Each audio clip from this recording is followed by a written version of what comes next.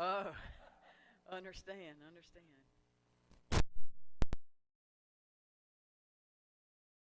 And the nephews. So I understood how grandparents felt because I could spoil them and everything else and get them all sugared up and send them home because that's what that one did to me. It was like where you came to my house, it took me a nickel down, they gave him straight it out, then we got to send him back home. That's your story. So tonight basically is our fourth part of the four-part series.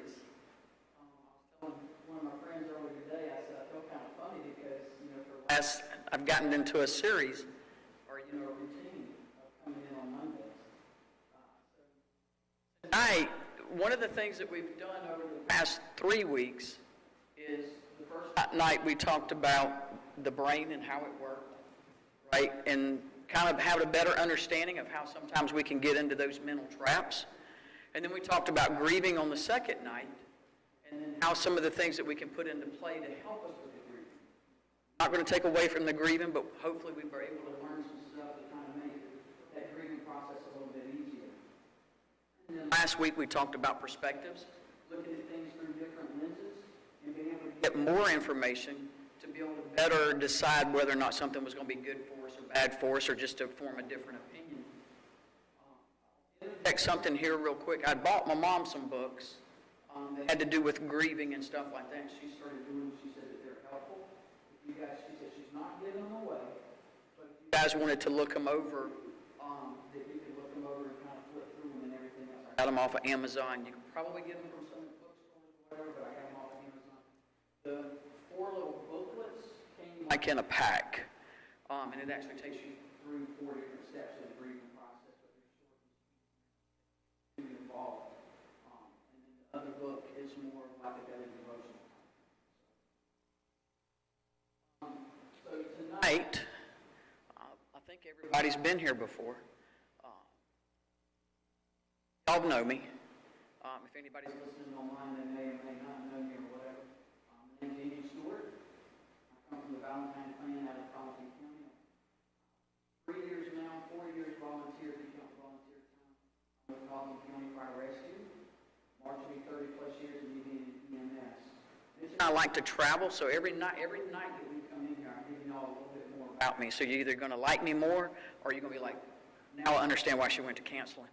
So, but this was us about 6 months ago. We went to Alaska, and that was, they took us across the bay, and we actually did a hike up to one of the glaciers. And so we got to go up there, and the people love them some s'mores. So we were eating s'mores the night before the wedding. We were eating s'mores after the wedding. We were eating s'mores on the hike. But I'm okay with that because I like s'mores.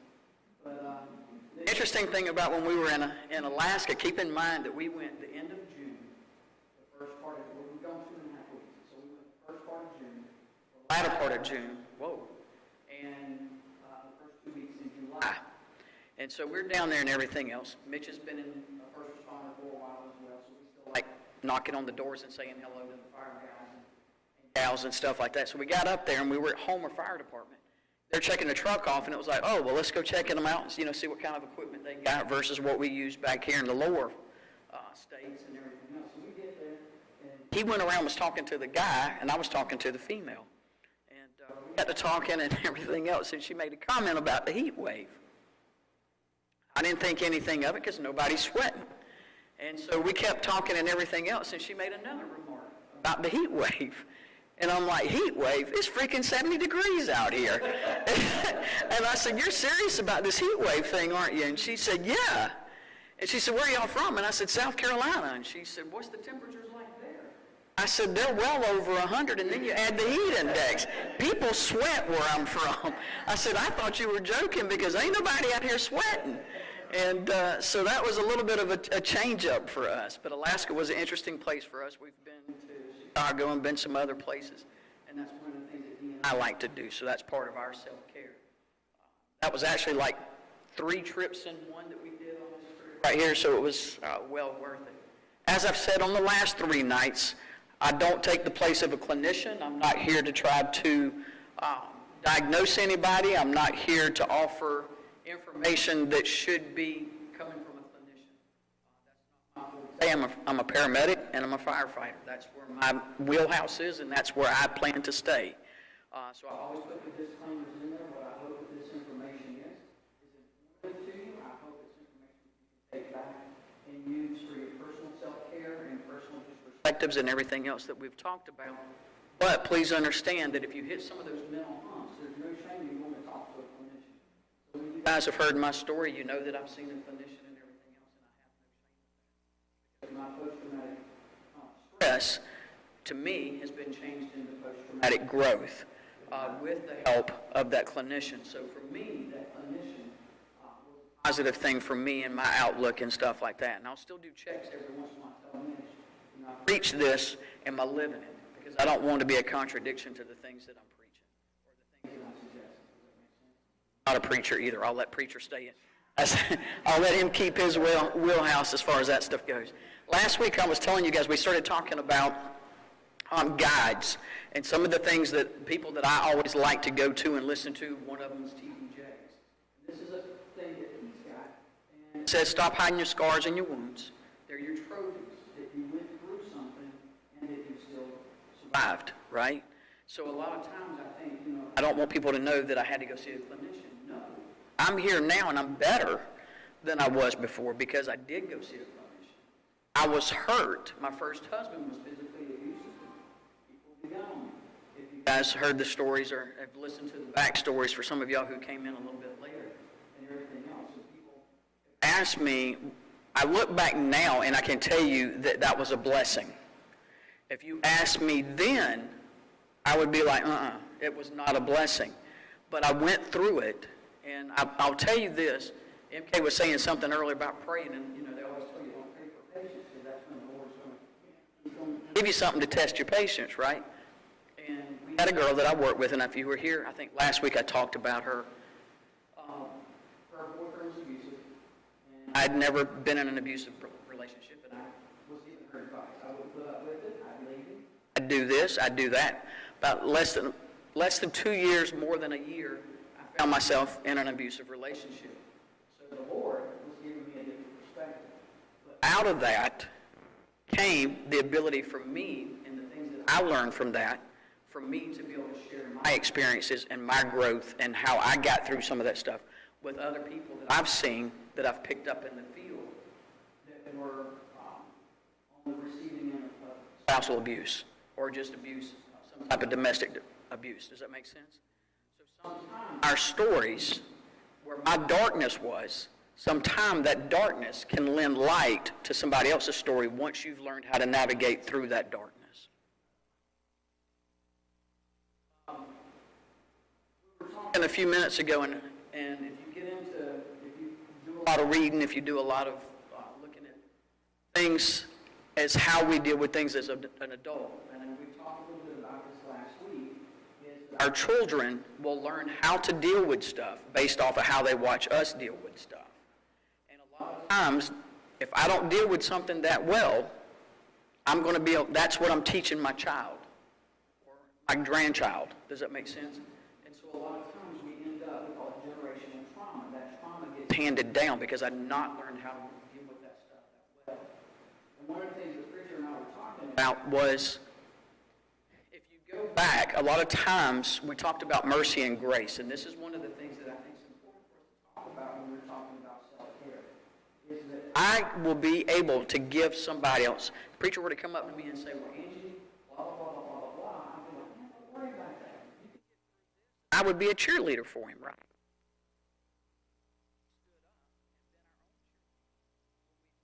Our own time of trouble, right? So I'm willingly will give him the mercy and grace that I selfishly will not give to myself.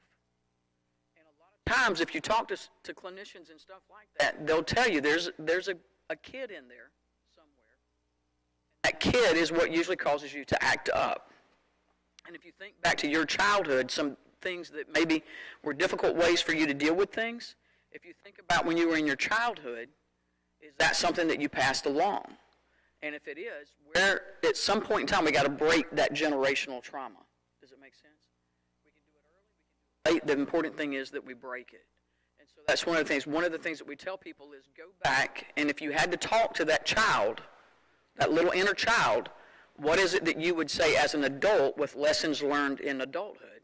What would you tell that little child, and how would you treat that child? And sometimes we just have to help that kid get through some stuff, that inner child. Lisa Nichols, last week y'all heard me talk about her. She's another one that I like. She was a single parent with a child. She was on government assistance. I was telling him I didn't make that much, but apparently according to the government I made more than what they wanted me to, so I didn't get government. Because there were some parallels and stuff like that, there was an opportunity for me to kind of connect with her. Does it make sense? And so a lot of the things that they talk about, she said mostly the world will see you the way you see yourself. Right?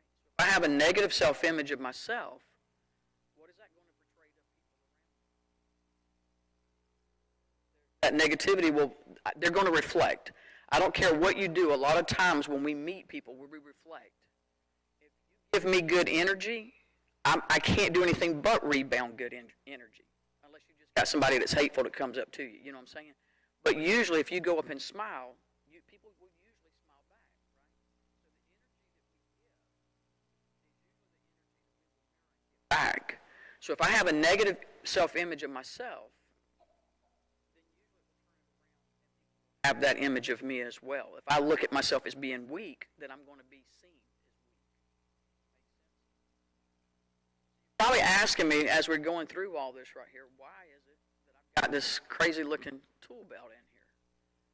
Because one of the things that we're going to talk about tonight is the Mahdi, try to put everything, all them letters together, the mind, the body, and the soul. And we've talked about the Trinity before, right?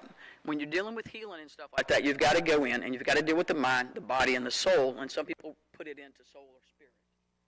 Whichever way you want to do it, it doesn't really matter. Talk about, there's trinities all over the things that we in our life. If you talk about protons and stuff like that, you got protons, electrons, neutrons, right? Traffic light, we got red, green, and yellow, right? If you're in church, you have the Father, the Son, and the Holy Ghost. I'm a firefighter. I have a firefighter triangle. I have oxygen, fuel, and heat, right? So a lot of the things that we deal with in life have to do with the Trinity. If I had a three-legged stool sitting up here, I'd be able to sit down on that stool and be solid and have a good seat. Yeah, now somebody, if I chop some of that off, am I going to fall on the floor? Yeah. So the mind and the body and the soul are the same way. If one of those are out of kilter, I'm going to be out of kilter. Makes sense? And so this is one of the things that we're going to talk about. So what are we talking about? What's this got to do with that? There's going to be things that we're going to talk about tonight that have to do with practices and tools. If I go in and I use a hammer, this has a specific job, right? Is it something that I pick up and use every day? If I'm a carpenter, I'm going to pick it up most days probably, except for my days off, right? But I'm going to use it a lot. Do I use, yeah, everybody in here tonight's got hair. Do I use this yeah. I was scanning the room. Do I use this every day? Yeah, Mama says yes. So that's one of the things there, right? Do I use this every day? So what we're going to talk about tonight when we start, and y'all can see I've got some other stuff in here, but I'm not going to take the time in it because I think I've proven my point with it. There's some things that we use every day. Toothbrushes, we might use several times during the day, right? The hammer, I may only pick it up once or twice, but the thing is, I know how to use it, right? I know I can pull nails out if I need it. I know that this side is used to hammer stuff in, right? I can use little nails, big nails. But either way, it's a tool, right? Now, I usually ask people, and this thing keeps jumping out, so I got to figure out where it's at. Can I use that as a hammer? I can, but it's not going to make a good one, right? Little finishing nails, I can probably tap them in if I don't have the right tool, right? Some of the things that we're going to learn about tonight might get you through something if you have to improvise until you can get to use another tool that's more effective for it. Make sense? I want y'all to know I bought this tool belt only to wear it about 10 minutes. This was my Christmas present. This was my Christmas present to myself this year. Only for me to do that. So, and I'm sure I'll use it again because we got shutters that we're putting up at the house. But that's one of the things that I want you guys to get with the mind, body, and soul. So tonight, one of the things that we did a couple of years ago when we did this here, and we just did the 2-hour class, one of the things that we did was we just gave you information and sent you home. This time we wanted it to be different. So tonight we're going to talk about some things and then we're going to put some things into practice because I don't want to just give you stuff and then you're like, okay, she said journaling, but I have no idea how to do the journaling. She told me to take some deep breaths. Now we did go through and do that. You know, you got to do the abdomen. We'll revisit that again tonight. But just know that tonight we're going to talk about some things that are going to pull these 3 aspects of things together because we want the body as a whole to be in a better place, not just my mind, not just my body, because everything feeds off of everything. So you guys may not be able to see this as well, but I'm going to tell you, well, I guess you can. So the self-care, and we're going to go into a lot of these, but we're going to go into them further, so I'm not going to spend a lot of time of them here. The one thing that I do want to put into perspective, though, is if you look up at the very top where it says asking for help, you see that in the yellow? Yep.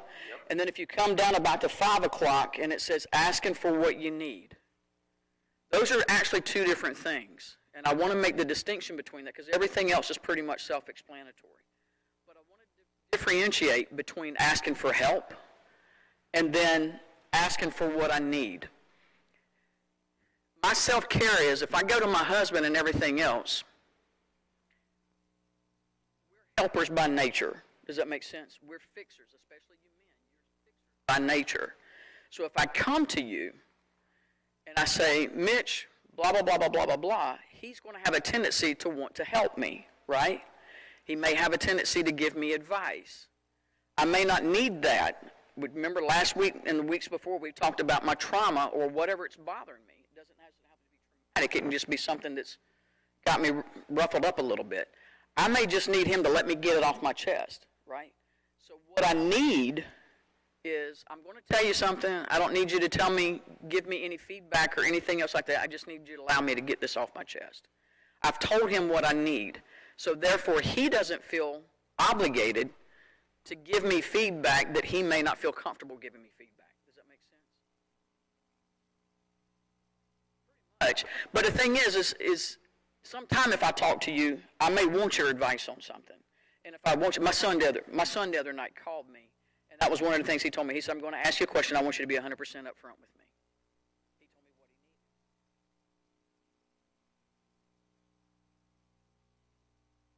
he needed. It can be.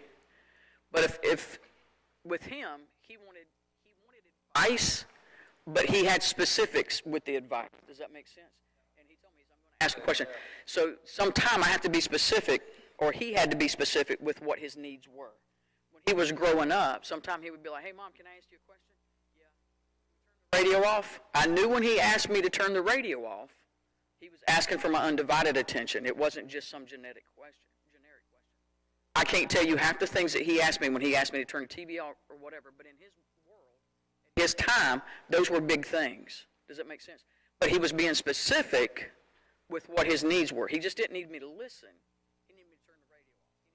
Attention, not just my attention. Does that make sense? So sometime, and if I need help, the help may be, hey, the trash needs to be taken out. Can you take the trash out? That's, I need you to help me versus I need something specific. Does that make sense? They sound kind of the same, but they're not really the same. Mama says, hey, I need somebody to help go up to the Social Security office with me. Ask what I need sometimes is more verbal. Does that make sense? Or the other stuff may be task. Does that make sense? Like I said, we're going to cover a lot of the other stuff here as we start to go along. So self-care starts with alone time. Now, a lot of people will tell you, oh, if you do self-care, that's being selfish. If they're telling you that it's selfish, it's probably because you're taking time away from them that they're used to sucking out of you. Otherwise, they're going to be okay with the fact that you need your alone time, and they'll understand that. But in the alone time, one of the things that I think, and I'm in a church, so I usually bring some of the religion aspects of things in here, but Jesus lived a life that we were supposed to mimic, right? He He showed us how we were supposed to be. He just didn't tell us how we were supposed to be. And one of the things that he did was he was very compassionate. He went out, he did the healing. He went out and did all these things. He was a servant to everybody, right, that he came in contact with. But he still needed alone time. He needed that time for him to recharge. Now, what did he do? He probably rested. He probably talked to the Father, right? There was probably a lot of things that he did, and we're going to talk about some of those things that you can put all in together. He probably just didn't go to the top of the mountain and talk. He probably talked, meditated, focused on the fact of what his purpose was, and then went back out to continue that purpose. So with that, I will say this, because I do realize that when we talk to people, not everybody believes in Jesus, not everybody believes in God, and I have to be respectful of that because we talk about different perspectives. I want you to be with me in heaven, but it has to be your choice. God also gave us a choice.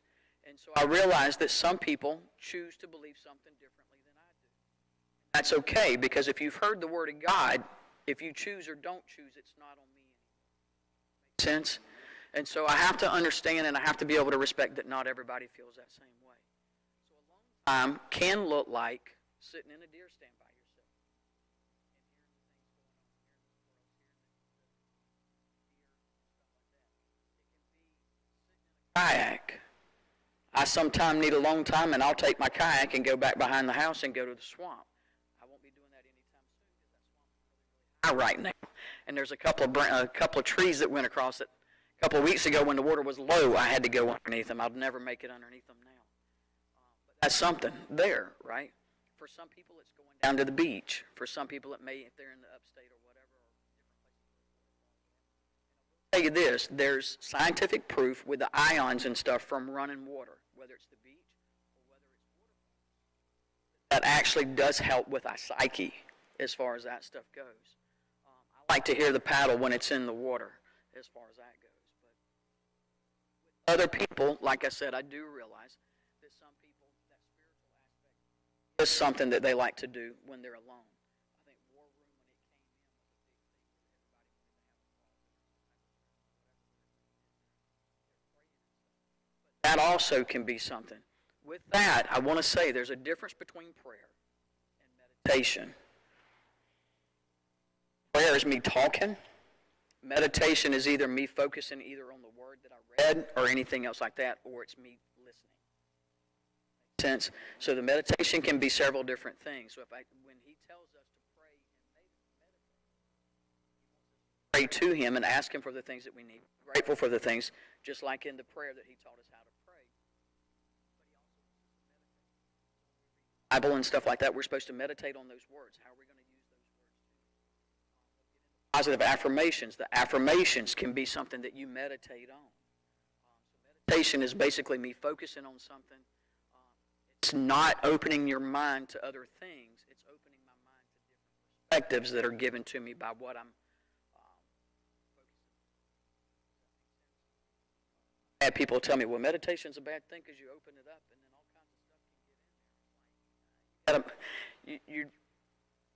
Your definition of meditation is different from mine, and that's where we agree that we're going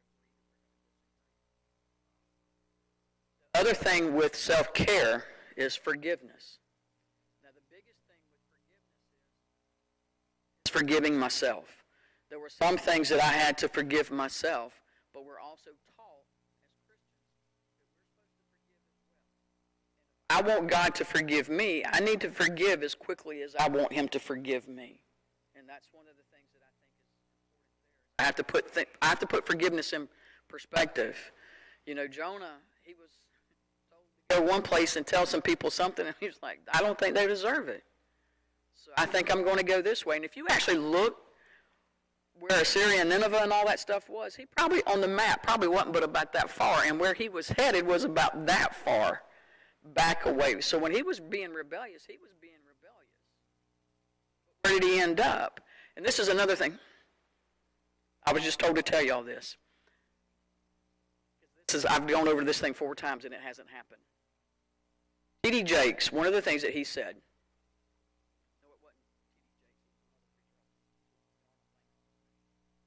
One of the things that he said is, you got to understand this. When Jonah got swallowed up by the big fish, the whale, whatever we want to call it, but when he was in that thing, you got to understand. He said he was down there getting slapped in the face by seaweed and everything else, right? He said, but what you have to understand is, Jonah's in the in the belly of the whale. Where he's sitting, what's changing? Nothing. He said, but you have to remember, the whale is moving. Okay? So sometime when we're sitting there in self-care, when we meditate and we want things to change, you have to understand that some other things may be happening around you, even though from your perspective it looks like nothing's changing. So I'll get back to forgiveness. So we need to be able to forgive and everything else as far as that stuff goes. We don't forgive.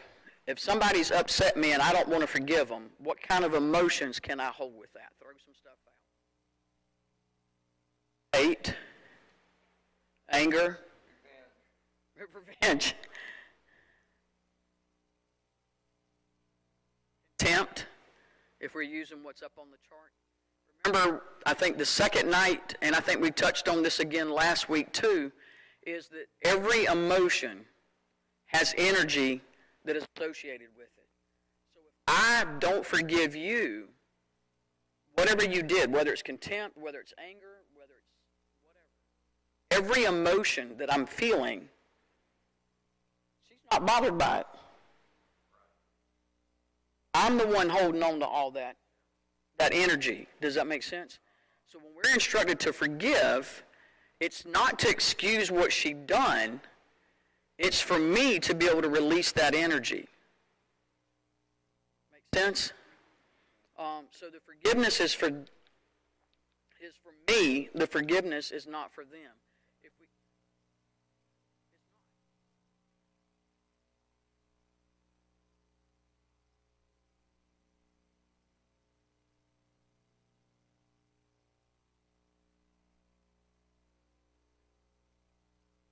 I understand exactly what you're saying, because it took me a long time to be, and some time I still get hung up with that.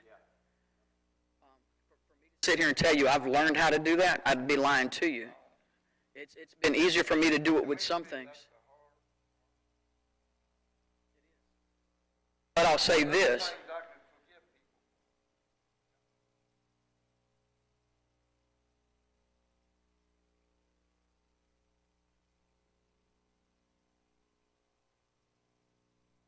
I think the thing that helped me change perspective, and I'm not saying it made me perfect in forgiveness. That's not what I'm saying. I want you to understand I'm not here to say that I'm better.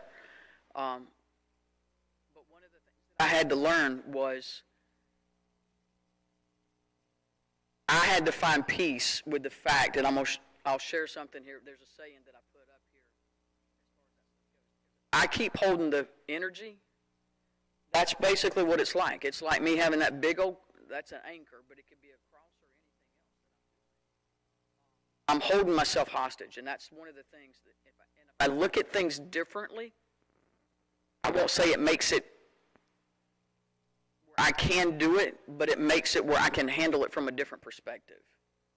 Some things are easier for me to let go with, some things are not. I had a friend that really, really did me wrong in the upstate, and then tried to turn some of my coworkers around me. And try to turn my son against me. And my thing is, if you got something wrong with me, handle it with me. Keep everybody else out of this, because ain't nobody else got a beef with me except for you. Keep it between me and you. And I finally said, you know what? I don't want anything to do with you. And Jim Carrey said it best. Jim Carrey, I don't know if y'all keep up with him, but I won't say he's one of my guides, but I can actually relate to him with a lot of stuff. Jim Carrey's had his own mental health journey.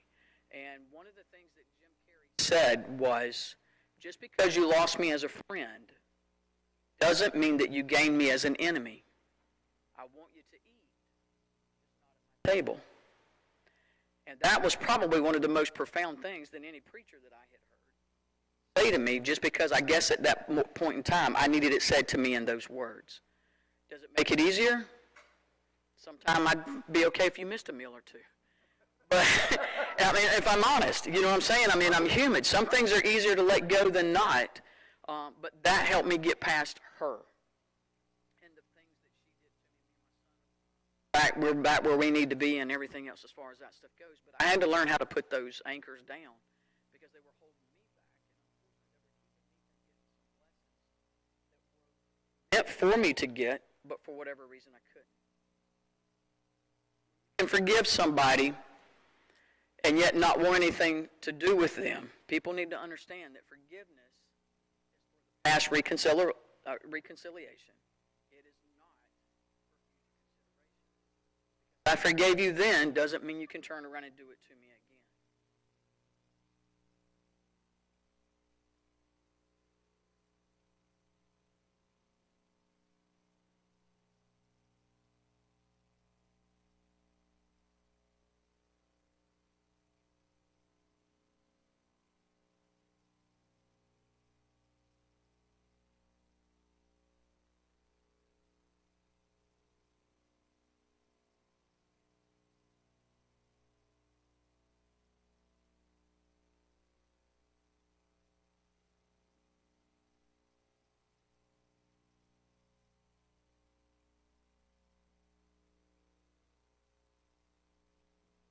I still struggle with it. And like I said, I'm not here to say, I'm sharing my story with y'all. And by no way have I perfected my story.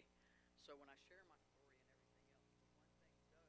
everything else, back to the pearly gates, if I go to heaven and I'm still holding hatred to somebody, if God were to say, you wanted me to forgive you, I forgave you at the same consideration that you forgave this person here. Probably going to be some things that I haven't let go, if I'm honest.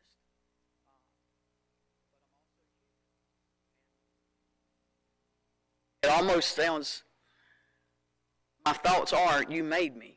You knew this is what I was going to carry. You knew this was the emotions and everything else. But I also have to learn how to navigate those waters. Does that make sense? And navigating those waters actually, sometimes they're a little hard.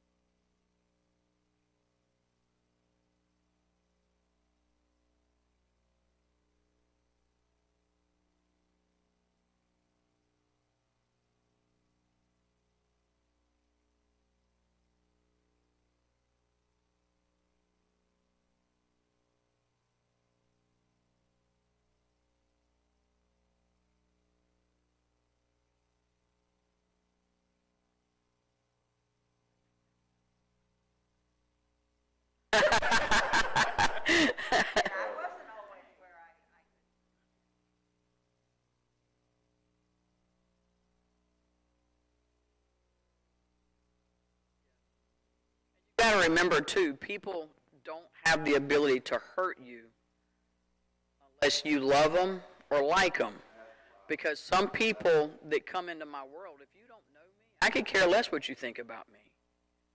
But if I have a relationship with you, regardless of what level that's on, the deeper the relationship, the deeper you have the ability to be able to hurt me. That's where I think that's where the pain for me was coming from, because I used to do a lot of stuff. She was one of my EMT students, and me and her we got to be really, really good friends, and then all of a sudden it was like 180, and I'm like, no. Then you got my son involved, and then it was like, and she was like a second mom to him at one point in time. But having said that, that leads us into sometimes we have to set boundaries. And if people have tried you and have been able to penetrate those boundaries that you put up for them, they will continue to try you. It's up to me to make sure. I've had some people say, well, I need to set up boundaries. And when they go to set up boundaries, one of the things that they didn't do, they didn't hold steady I think some people need to understand, and this is something that I had to understand, is that when I put up boundaries, people are going to be upset with me. So I need to, when those boundaries start going up, I need to be okay with the fact that people are going to be unhappy with me putting up boundaries. Does that make sense? I need to have that in my head ahead of time. When you set up the boundaries, it's important for you to understand two things. One, make sure that the people that you have around you are a good support. Y'all have heard me mention that the friends that I have now are totally different from the friends that I had growing up.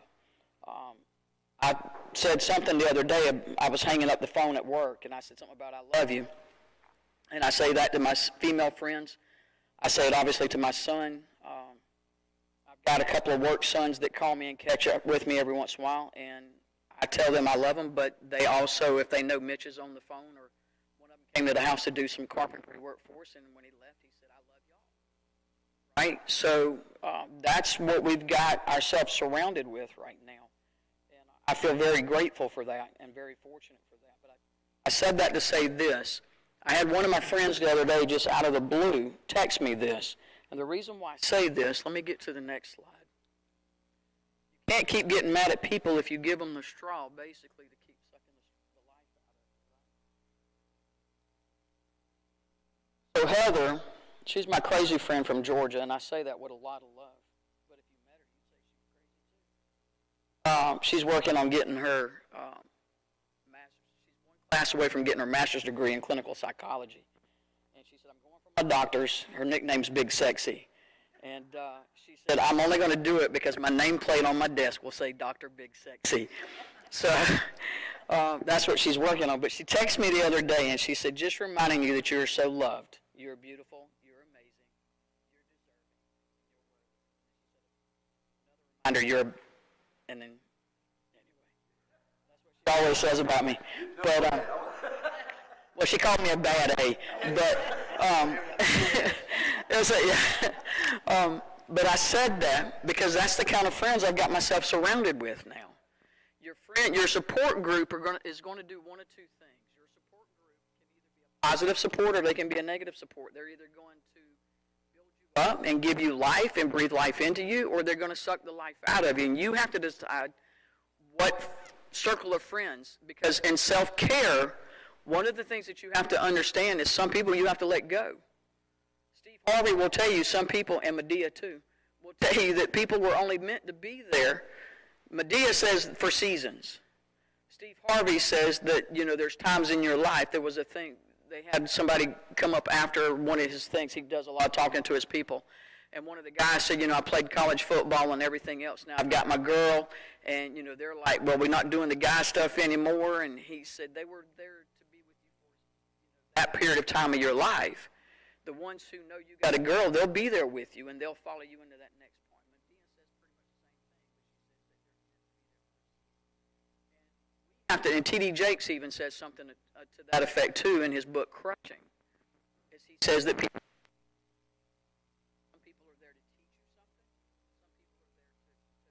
passionate toward you and what you're going through. And sometimes we have to listen enough to be able to figure out what they are to us. Now, we start getting into changing your thoughts and changing your life. One of the things that we get into is my mindset has to change. And we have to have that shift. The good thing is if I work out, they tell me I have to do it for 90 days before it becomes habitual. Right? If you're doing affirmations, they say we can do that in 60 days. So I got a 30-day extra grace period there, right? So changing your thoughts a lot of times is how I talk to myself and the things that I proclaim for myself. Now, the one thing that, and we were talking about this a few minutes ago too, how many times do I talk very negatively to myself? I tell myself that I'm not worthy. I tell myself that I'm not able to do stuff. I put those limitations on me.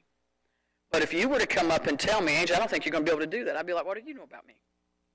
Right? I would defend me. But if I say those things to me, for whatever reason, it's okay. The reason why I tell you this is because when I first started with affirmations, it felt weird. And then had to ask, I was sitting down one day, my camper, like I said, if we're not camping, my camper is my she shed. And I had to ask myself, why is it that y'all remember a couple of weeks ago we did the arm thing? We told it, you had to move your arms around. It wasn't hurting, it wasn't harmful or anything else like that. It just felt uncomfortable. And my body will go back to what's comfort, which is this, right? Why is it that I'm more comfortable talking negatively about myself, giving myself the limitations, instead of being a cheerleader for myself? And your body will always, like I said, my mind will try to go back to that. So when you're doing the positive affirmations and stuff like that, you have to be consistent with it. Remember we talked about tools and practices? The affirmations have to be a practice. They have to be something that we use on a daily basis or a near daily basis. I didn't get to do some this morning because I was leaving. We were in class all weekend. I went to work yesterday, got off this morning, went to a class, come back in here tonight, and I got to go back to class tomorrow. And we got a late call this morning, so I got up early enough to get everything and get off the truck good, and then somebody else decided I need to go see Angie. I said, okay, Angie, I'll come see you. So we ended up having to go out this morning and take care of somebody this morning. But I didn't get to do some of my stuff. Will I do it tonight? Probably so. One of the things that I got away from doing and I'm back to doing again, we were talking about the gratitude list and stuff like that. In the morning before I get in the shower or do anything else, I got a dry erase marker that I keep right next to on the vanity. I will write 5 things that I'm grateful for. So every time I go in the bathroom, they're there to remind me. Tomorrow morning, I'll go up, I'll erase them off, and I'll write 5 things. I don't do a long list. Steve Harvey says he does a gratitude list of 60 things every morning. That's part of his routine when he gets up in the morning, and I'm like, I'm struggling with 5. So, right? But the thing is, that's where I'm at on my journey. He's obviously gone past that. So, but the thing is, as you start doing more of it, it gets easier, right? I'm going to tell you guys right quick, and this is one of the things we talk about with some of the other stuff. Everybody in this room has the ability to be persistent. Every one of you. Every one of you have fallen down, and every one of you had gotten back up. And I know that, even if I don't know you, because you walked in here. How many times when we were learning how to walk did we fall? This you inherently walking in here, I know that everybody has it within them to be persistent, right? So when you're doing the self-care, we just have to be persistent. It's already there. You just have to practice it. So we have to change the way that we talk to ourselves. Depending on what study you read, there was one that they said 5.6, so I put 6 pluses up there. For every negative that you hear or say, and that can be anything that happens to me during the day or anything else like that, that it takes, depending on what study you read, 5 to 7 positives to diffuse that one negative. So when we tell you, why do you need to do affirmations? How much negative do we were just talking about it on the news a few minutes ago, right? And now we've got the circuses in town, right? So how much negative are we hearing every day? So how many positive things do we have to do to negate that one negative thing? So this is where positive affirmations come in, where a gratitude list comes in. When we're purposeful about seeing those things or having those positive things present in our life, when we have those grandchildren or those children come over, to embrace those times and be mindful. We had a slide that we did yesterday, or this past weekend, we were doing some peer classes for the first responders and stuff like that. And you had this guy walking a dog, and it said mindful versus mindful. So the guy's mind had all kinds of stuff going on in his mind. And the only thing the dog had in his mind was the person. So we can have a mind full of stuff, or we can be mindful. And so when we're mindful, it kind of helps get rid of the noise that maybe we don't need to be concentrating on right now and everything else that may be causing us some negativity in our life. So just keep in mind that the reason why we do affirmations, the reason why we want self-care in a positive sense, is so that we can replace some of the negativity that we come across in our life every day. One of the things that, if you do your affirmations and stuff like that, it's better. You can do them going down the road in the car or anything else like that. I usually tell people if you suffer from self-image, to say it in the mirror, because you need to face yourself, right? I need to be physically looking at myself to be able to say those things that I say. Maybe the first 100 times I say it, I don't believe it. The thing is, Jim Quick says, be careful of the things that you say because your mind is eavesdropping. So if I talk negatively to myself, my mind is eavesdropping, and that will affect how I have that self-image. Does that make sense? So you have to say them. Say them out loud if you can. And the reason why I say them out loud is this. How many of us have had a thought internally, and I want to go share this with Roger, and then I say it out loud, and I'm like, boy, that sounded stupid. Right? How many times? I know I'm not the only one. Right? So hearing stuff externally gives you a different sound than if I say it internally. Right? They tell you sometime to pray out loud. Why do you want to pray out loud? Because you need to hear it. It needs to manifest in a different way than me praying internally. My internal voice sounds a whole lot different than my external voice does. And I'll tell you guys this. I sent, if I had your email address, I sent y'all some stuff out a couple of days ago. I'm going to tell you this, and this just dawned on me the other day. I was doing some positive affirmation stuff, and sometimes I'll put stuff on YouTube, and I'll listen to it. Sometimes it has some of the theta waves and theta waves and all that stuff. It affects the brain differently. And so I was looking up some stuff, and I went in and started doing some stuff. And all that stuff comes from Jim Quick, so it's not anything that I know. It's stuff that I've learned through listening to different people. I was sitting there, and it was a woman doing it, and I was like, I don't want to listen to her. And then it dawned on me, when I've done yoga stuff, I prefer a man to lead the yoga if I'm doing the yoga or the stretching or anything else. I asked myself, and it dawned on me the other day, I said, why is it that I get irritated with women when they're doing that kind of stuff? And then it dawned on me, because I have a low voice. So if I'm going to listen to these things that I'm trying to manifest, I want a voice that sounds more similar to mine. Does that make sense? That's the only thing that I could think of. Because if I hear a woman who's got a lower voice, it doesn't bother me. It's a woman who has, I'm going to say, the typical female voice, right? And I say that because I get served all the time on the telephone. So I know I've got a low voice. So I think what it is with me wanting to hear those positive manifestations, I think what it is I'm wanting to hear a voice that's similar to mine. So just know that when you're going, nope, I don't like that one, nope, I don't like that one, just understand you're probably trying to find something that sounds similar to what you hear your voice as. This guy right here is on YouTube. I don't know if he's a single dad or whatever, but you never see his wife, so I'm going to assume that he is. That may be a wrong assumption from me. But they have a video on YouTube, and it's called Morning Motivation, Dad and Daughter Affirmations Before School. And what he does is he sits her up in the bathroom in front of the mirror. And of course, she's all giggly and everything else. She's got a cute little smile on her and everything else. But what they do is he goes through and he has her say to herself in the mirror, I am beautiful. I am smart. So I'm going to ask you, with these positive affirmations as he's doing these as she's growing up, how do you think this kid is going to be when she grows up? Self-image? Good? Be resilient? She's still going to have her fair share of obstacles, right? But I think she's going to have those things instilled in her to where she can navigate them a little bit easier. This is something that we can do with kids. We can do them with the grandkids. We can even do them with ourselves. But like I said, I'll always use him as an example and everything else. One, because if y'all ever get in a bad mood, go on YouTube and look up babies giggling. I'm telling you, the Lord knew what he was doing when he did the stupid little giggles, because you can't sit there and listen to too much of that and eventually not change your mindset. Because eventually it will get to you in a good way.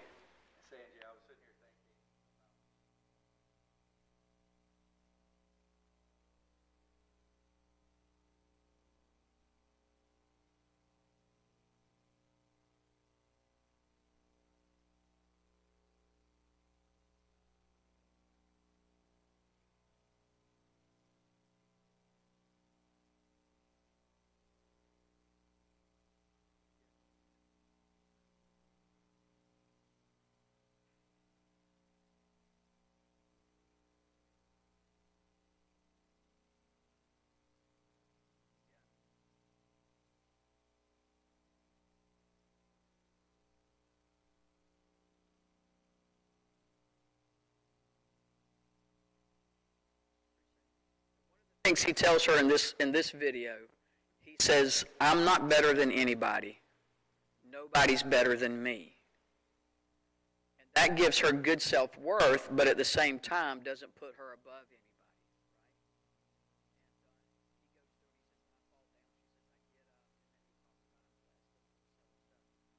That's affirmations that he does with her, and like I said, apparently they do them all the time because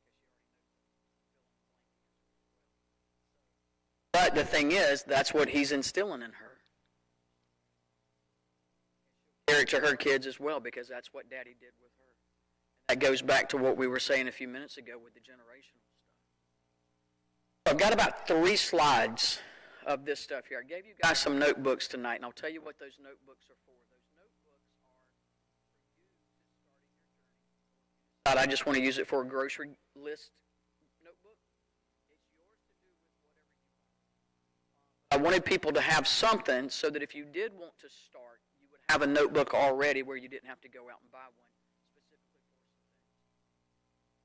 for some things. These are some of the self-affirmations. If something on here resonates with you, write it in your notebook so that you can carry that home with you. Okay? You can do a Google search. You can put affirmations and they'll come up with all kinds of stuff. Sometimes they don't resonate with me, sometimes they do. The biggest one for me was saying I forgave myself. That was one of the biggest things that I had to do for me. I held myself hostage for a lot of things. And I had to forgive myself for holding myself hostage as far as that stuff goes. I am worthy. I will not worry about the things that are out of my control. I will focus on what is going right. I can handle anything that comes my way. I choose calm.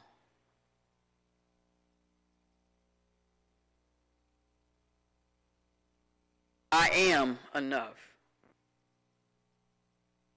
I'm grateful for the simple things. I'm thankful for today. I am thankful for, you can put anything or anybody in there that you want. Or you can put a line and fill that out every day if you'd like. I believe in myself. And again, if this is something that's hard for you to say to yourself when you first do it, keep saying it, because eventually, remember we talked about that neuroplasticity, how you change the way that you, if we keep walking that path, then we'll leave that path, so you have to do those things. I am becoming the best version of me.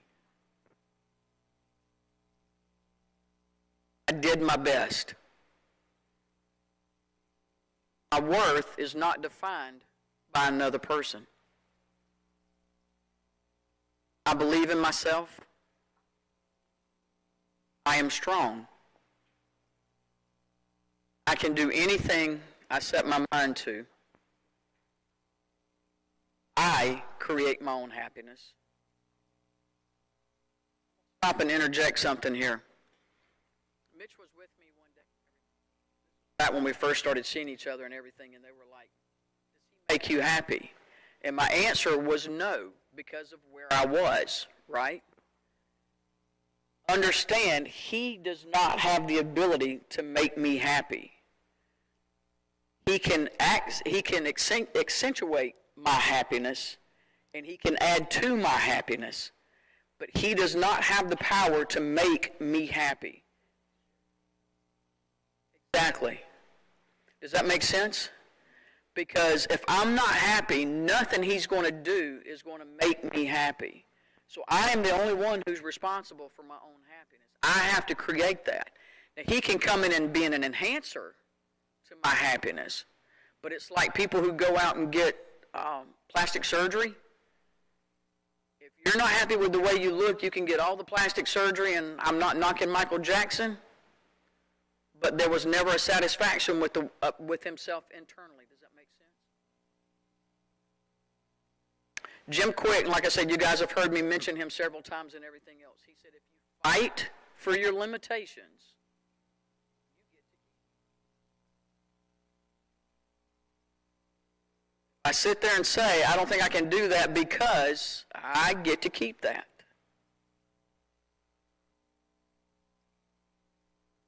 y'all get a chance, look him up on YouTube or on the internet or whatever, because his story is like really, it's a really, really cool story, especially if you like the Marvel comics and stuff like that. Steve Harvey, like I said, he's a comic, but he also has a real serious side about himself, and he's actually pretty level-headed when it comes to a lot of stuff. God didn't make any mistakes. You're exactly where you're supposed to be right now. I have to accept. I'm not where I want to be, but I'm okay being where I'm at right now. I still got a lot of things that I need to work on, but I didn't get here in 1 week. I'm 56 years old. It took me a little while to get here. It's going to take me a little bit of time to change that direction of that boat,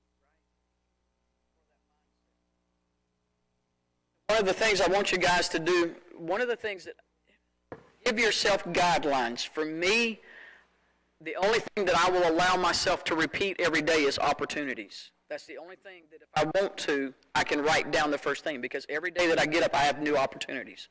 So that's one thing that I'm grateful for, is whatever opportunities are going to come my way. That's the only thing that I will let me repeat, because I have to be mindful. Otherwise, it's just me writing stuff down. Makes sense? And that defeats the purpose of me having a gratitude list. I can do 5 things, and like I said, on my mirror, I do 5 things. And it may be, I can tell you that when the water pump went out, water made the list. And I think some of those things that we take for granted, flipping a light switch, right? When the power's out, we take those kind of things for granted. It can be something as simplistic as that, or it can be something as, I'm thankful for Heather today because she called and gave me some affirmation. I am in her eyes. Does that make sense? So I'm going to give you all a few minutes. Write down 5 things that you're grateful for.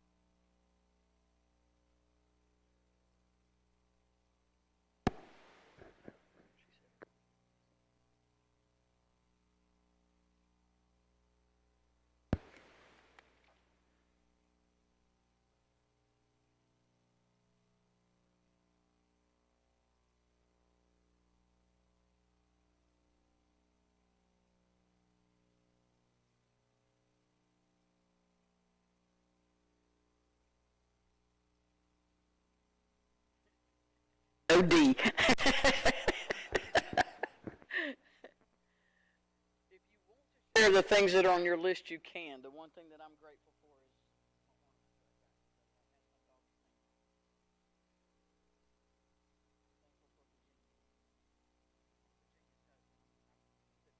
is taught me what her husband made for me.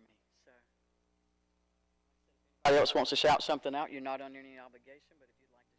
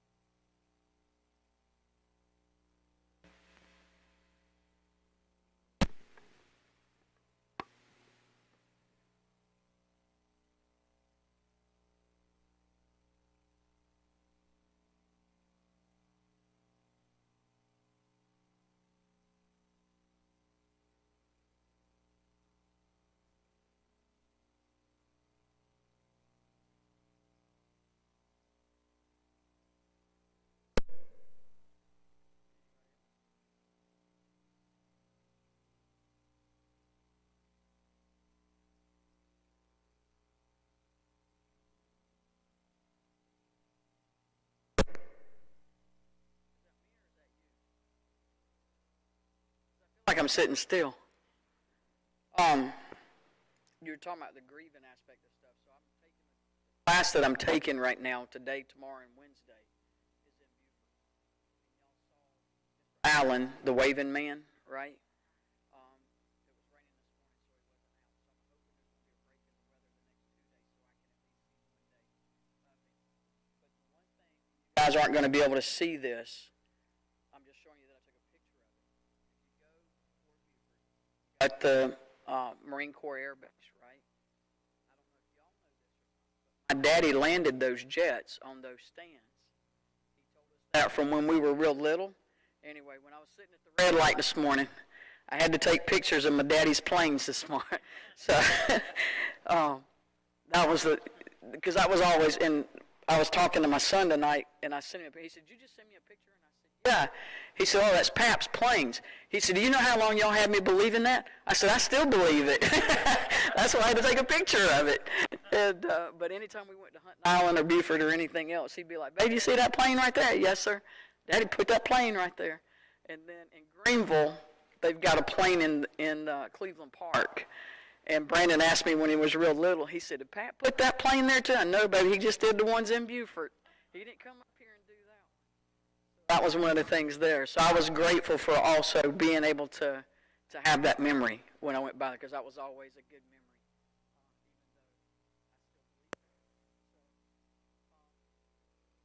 I want to interject because I can't remember if the slide is in here, and if it does, then I'm jumping ahead, but I thought I had it further up. I went to a place called Big Red Barn, and it's for first responders and veterans and stuff like that. It's a 7-day intensive. And one of the things that they talk about is 18 inches. And they said you have to align those 18 inches. I have to align my brain with my heart. Because how many times have you thought, well, my heart's telling me one thing, but my brain's telling me something else? Everything's not aligned. If everything is aligned, then what's in my heart will also be what's in my mind. Attitude and everything else, another reason why we're doing those exercises is because we're trying to get those things aligned so that we're better centered.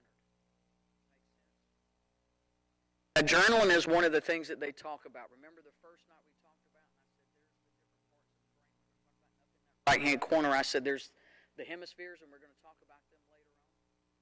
Journaling, actually physically writing, connects the right hemisphere with the left hemisphere or vice versa. The left side is more analytical. The right side is more creative.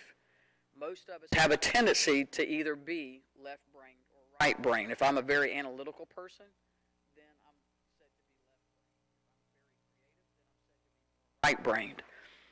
When we have problems that come up, God gave us both sides for a reason, even though we have a tendency to lean toward one. And that journaling, that physically writing, or even doodling, sides. So if I got a creative side, then I need the analytical part to help me get through, or maybe try to find a solution for. That physical journaling or that physical act of writing will connect those two parts of the brain. If I'm analytical, then it will enhance the creative side to come in and possibly give me different ways to look at different problems. Now, there's apps that you can get on your phone. I do not knock anything that allows you to get something app that you can go on there for and do them. If that helps you, then that helps you. But just understand that the studies back the physical writing. Does that make sense? So the journaling, I've had people ask me, well, and like I said, I actually went in and made my own props. I got a notebook and I do my own props and stuff like that. That way it's more guided. Some people can just, some people would prefer to journal in the daytime or in the morning when they first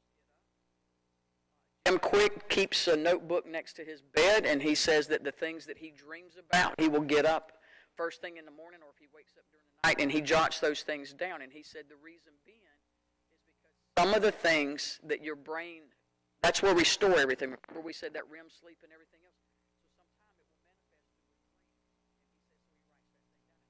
And I thought, you know what kind of dreams I have. I get some weird dreams.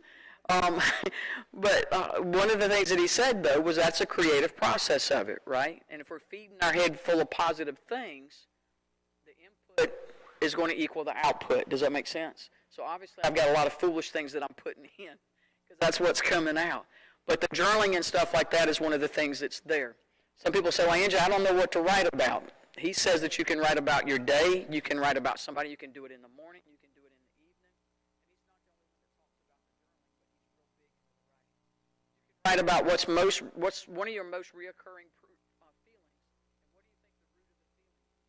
Now, keep in mind, sometimes you can write down some of the negative stuff. If somebody did me wrong, one of the things that might help me forgive them is for me to write a letter. And if it has a bunch of cuss words in it, it just happens to have a bunch of cuss words in it. Sometimes you have to get stuff out. Find out what the root of that feeling is. Writing it out. I don't know what it is. And if you don't know what it is, you don't know what it is. What bothers me the most?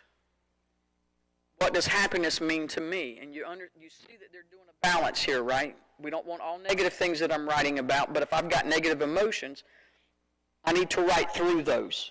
Does that make sense? To help me get through them. What do I love about myself? And this will actually, that one will actually make you do a lot of self-evaluation, or at least it did with me. What are my values and why? What do I need less of in my life? And this may help you determine some boundaries. Again, this is something that you can Google off the internet and ask for journaling cues, and you'll have a whole bunch of them. Like I said, for me, I had certain ones that I wanted to do, and one of the things that I added in my journal was if I did Bible study, because that was important for me at that time for me to try to get back into a solid thing. And then I would write down on there. I didn't write about it unless it was something that I wanted to write about.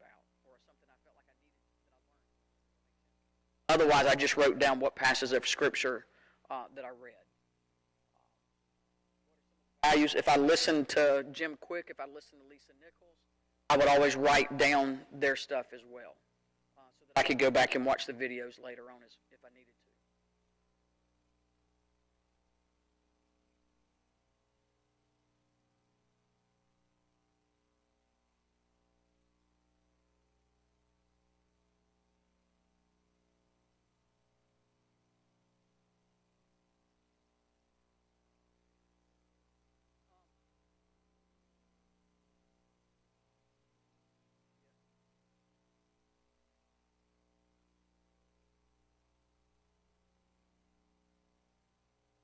I've had somebody, I don't, like I said, the journaling, I can do journaling for about a week or two, and then it's like the journaling drops off. So it's not something that I do consistently. I do it enough. It's a tool for me. It's not a practice. Me writing on my mirror in the bathroom has become a practice. I got away from it, now I'm back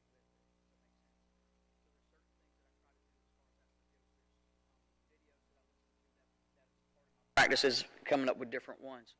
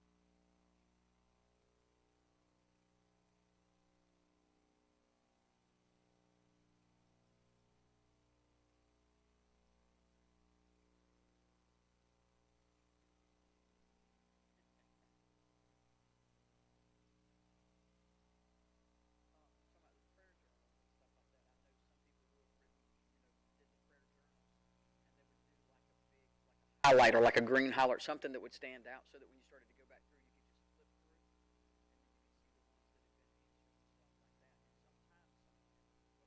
And sometimes, prayer journal is not something that I've done, but they would say that sometimes if it was answered in a positive way, the way that they prayed for it, they would do one highlighter across it saying that it was answered.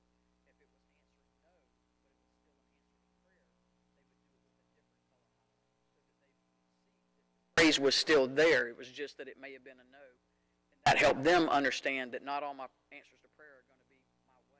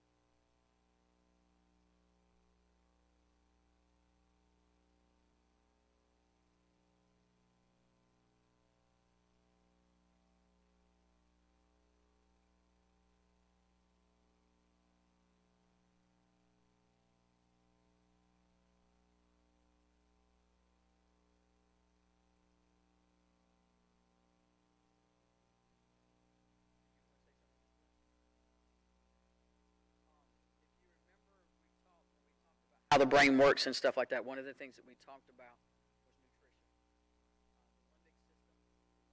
The limbic system, left is junk food, and that's what it loves.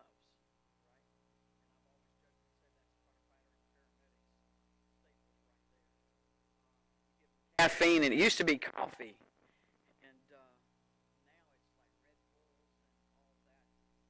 and all that. It's worse than the coffee. I'll drink coffee, but I like my coffee. I don't like fire department coffee or the station coffee. And the reason why I say that is because they like it too strong. And my thoughts are that coffee should be able to walk over here to me, not me walk over there to it. Somebody told me the other day, said, well, I'd use 2 packs. And they said, Angel, you need to work. You're the rookie. You need to fix the coffee. Okay? Oh, my God. Bet you won't ask me to do that no more, will you? So I'll fix your coffee once. And but that's one of the things there. It likes the caffeine. It likes the sugar. It likes the no sleep. That's what the limbic system likes, right? If we want that prefrontal cortex to go on there, we have to eat the vegetables, the fruits, the healthy fats.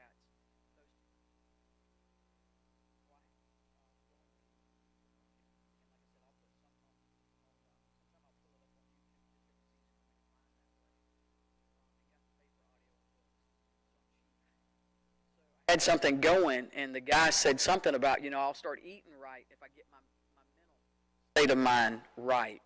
And he said, that's backwards. He said, you should eat for your mental health, and then your mental health will fall into place a whole lot better. He said, so a lot of people think it's backwards. You need to feed what you want to happen, and then it usually happens. Basically, he was talking about using the food and stuff for medicinal purposes. Fats. Remember we said that helps with the neurons? And that myelin sheath, that protector that goes around the neurons, that's just as important as me eating protein for my muscles. And the reason why I say that is because our American diets now, they're pushing low fat, no fat. Like, no, stop. We need it. We need it for our mental health as far as that stuff goes. We talked a little bit over the past couple of weeks about exercise. And like I said, I wanted to bring everything back into self-care, and I wanted to cover every aspect of self-care. Exercise is not me doing P90X. It's not me doing CrossFit. Those people are freaking crazy. But MK's race. Yep. Something as simple as walking, and they say 20 to 30 minutes is enough to start changing start noticing some changes in your body. Whether that be through just exercising, getting rid of the cortisol, and you don't have the GI distress, or if you're able to walk further or longer, and you start seeing health benefits as far as weight loss or whatever. I've walked up to 10 miles a day, and it does not work for me. But I used to do a lot of hiking, and I don't think it was necessarily the hiking that did the thing, because I did the biking and I paddled a lot, and I think it was just everything together. But I don't think it was walking. Now I'll just walk, and it's like, okay, I mean, I don't have GI problems or anything like that as far as cortisol. So, I mean, we've already talked about the middle-aged menopausal woman, right? I like my sugar. I like my Oreos and Hershey Kisses. It's it's the Oreos and Hershey Kisses, but and then occasionally you throw in Rocky Road ice cream. Bessel van der Kolk has the book called The Body Keeps the Score, and he also talks about how the body will hold trauma. And there's other people out there that do it too. Bessel van der Kolk's just one of the people that I've read his book. Stretching does several different things. Remember we talked about the cortisol has us in that cocked and locked, we're ready to fight mode. And what the stretching ends up doing is the stretching will actually allow us to stretch the muscles out, and some of that byproducts of the metabolism and stuff like that get caught up into those muscles when they get really, really tight. So the stretching actually allows us to be able to release all that so that we can get it out of our body. I did some gentle yoga because if you start doing all the extra stuff, I'm not really capable of being able to do all that stuff. But I hate to say it, some of the gentle stretching and stuff like that, you can sit in your chair and do side. You can reach over and touch your toes, sit in a chair. It doesn't have to be this wild soccer mom yoga. Does that make sense? It can be gentle yoga as far as that stuff goes. Stretches in the bed in the morning before we get up. I can throw one leg out and say, yeah, I don't think so. I want to get out outside. No, I don't think so. We talked about deep breathing. We covered that on the first night. So the benefits of the deep breathing is, remember we said it puts the brakes on the system, right? The parasympathetic nervous system gets engaged. And then that kind of starts balancing out where we just don't have that gas pedal or that sympathetic nervous system all the way down. The other thing it does, too, is if we take those deep breaths, a lot of times when you start getting anxiety and hyperventilation, I'm not talking about that breathing. So take that off the table, okay?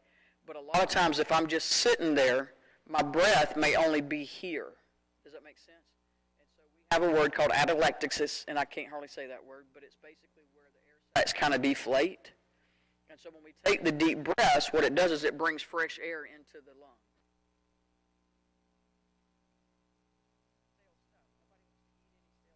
Nobody wants to drink stale stuff, right? We want fresh stuff. So why not give our body, which is probably craving the same thing, give it the fresh stuff as well. So the deep breathing does that. What it also does is it gives me more oxygen to circulate through the body. Right? So now my cells, the individual little life things that go on in your body, will now be able to benefit from having more oxygen, because now I've got more oxygen to take to the different parts of my body. Right? The other thing that it does is my body right now, if I go out, if I were to go have to fight a fire right now, my body, even though I haven't eaten supper,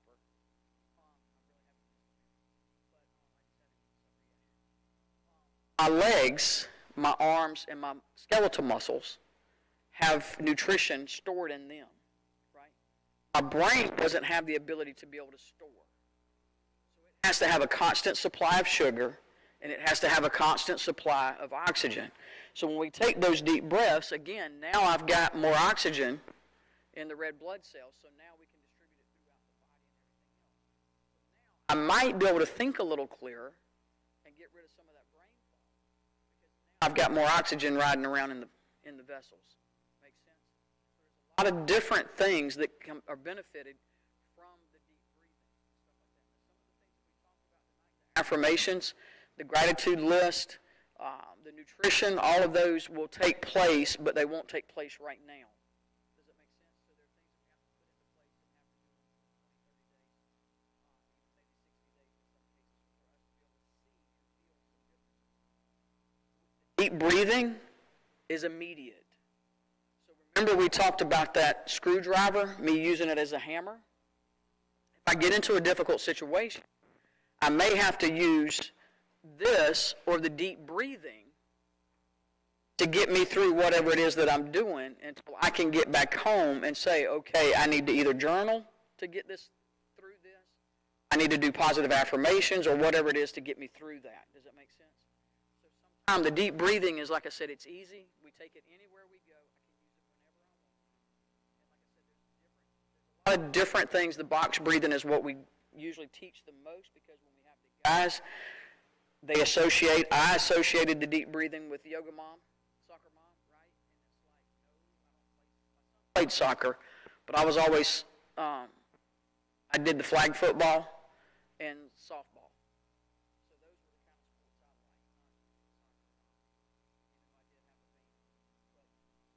I liked. I bought my mom's van. But it's funny. The thing is, I said, hey, I got a Jeep now. Read books. We've showed y'all some books up here. I think the first night I gave y'all a book list. Everything else, reading books will help give you different perspectives.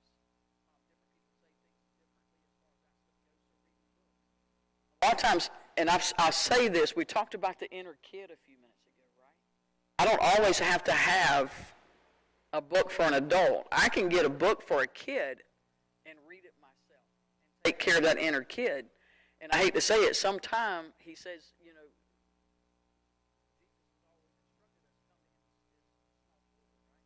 why? Because we're more open to stuff. And if you tell me something on the level of a kid, I don't think I'm stupid. It's just sometimes I need the simplicity of that. Does that make sense? I try to overcomplicate things where kids, they will just say it like it is, whether it's appropriate or not, right? And so that's one of the things there. So make sure you read. If you get the kids' books on how to be better and how to be more resilient, read it with your kids. We talked about breaking that generational trauma, and everything else, and give it and teach it them. And so I put the kids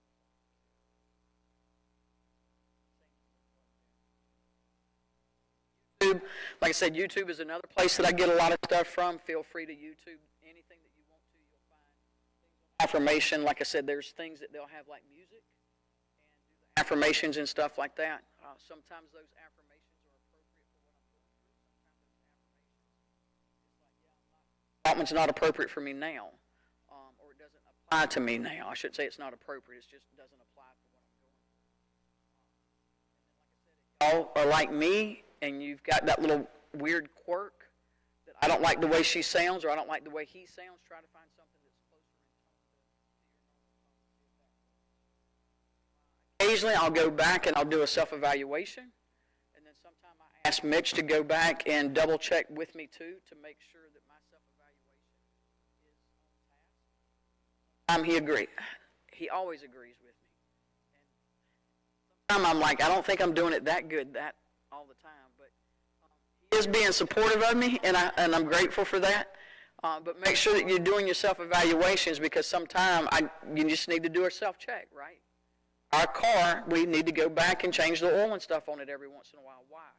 Because it gives it longevity, right? And it allows it to work right.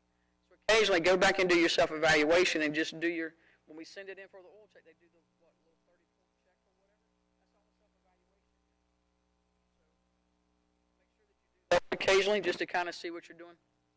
And again, I started the program off with this, and I'll end the program with this.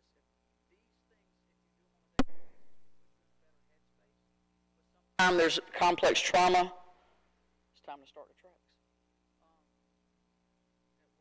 I have to start the trucks and build air pressure back up. My alarm was going off. So the one thing with this, though, is sometime you can get into some complex stuff, especially if you start journaling. You may find some stuff, right? And what I'll advocate is a good mental health clinician can help you get through some difficult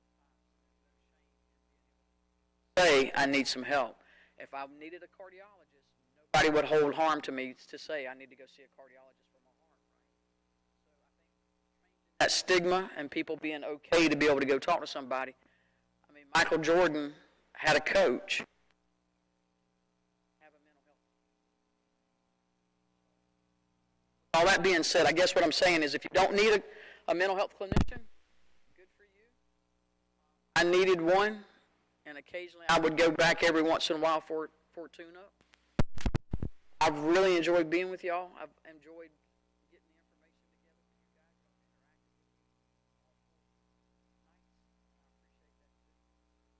guys. I appreciate some of you being vulnerable and telling me it's not easy to forgive, because I know it's not.